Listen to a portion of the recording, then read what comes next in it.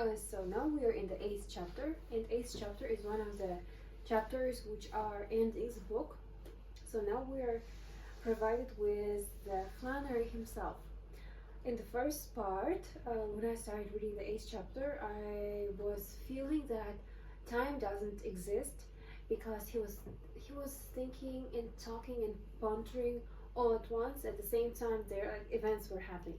For example, in the beginning, he was observing a woman from his window.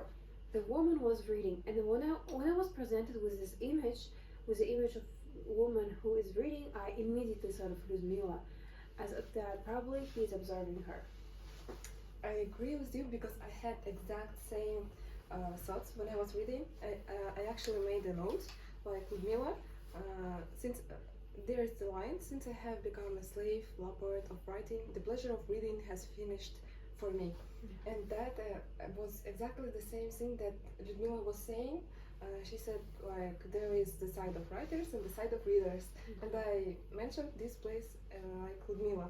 Also, in the beginning, when he started describing a young woman who is reading, it was a little bit unexpected for me because I thought, like, where is the reader?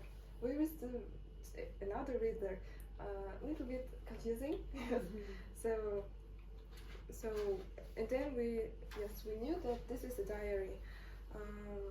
As we see it here in the diary, that he has absurd desire, that he wants that woman who is reading to read the sentence that he is about to write now.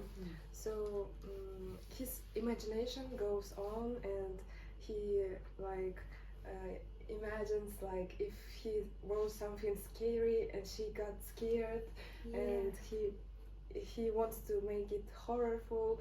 He wants to impress the reader with his writings. And at this moment I get insight, like, the reader of the novel, of this novel and the whole novels, they all could be they had intention to make us feel something, like, Yes, exactly. And as you said, when we started reading this chapter, we felt that it's not the reader is reading, right? We just shifted from the I narration to I narration, but of another person. Yes. And this another person is the Flannery. Yes. Don't you think that Flannery is the author of all the books that we read before, right? Yes. Yeah. So, like, right now, I think it's the peak point of the novel, because now we see the Flannery himself.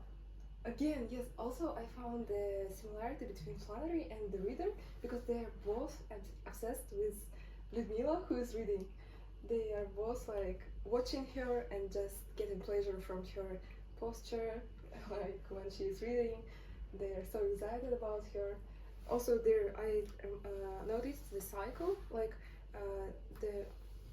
he says, just as I watch her while she reads, where to train a spyglass on me while I write.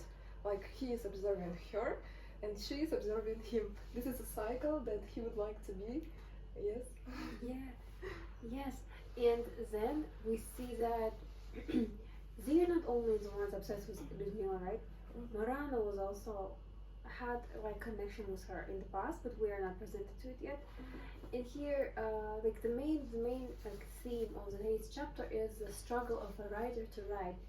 We see that he cannot, like, he wants to write, but at the same time he struggles and he doesn't know which way to start. He doesn't want to write just. He doesn't want to write just anything. He wants to write something that the person will read with passion.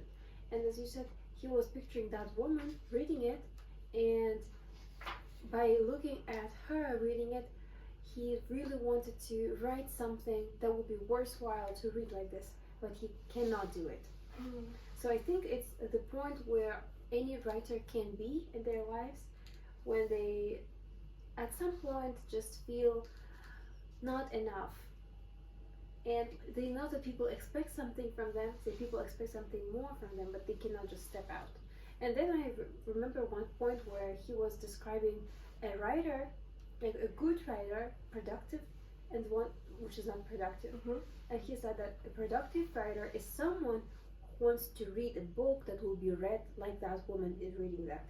And not productive writer, torment writer, he's just like, he's just struggling to find his way. You're right. And then what happens is that they write their books and give them to, they get acquainted with this reader girl and give them their writings. So the young woman receives the two manuscripts, and when and she is surprised, and she asks like, what is that joke like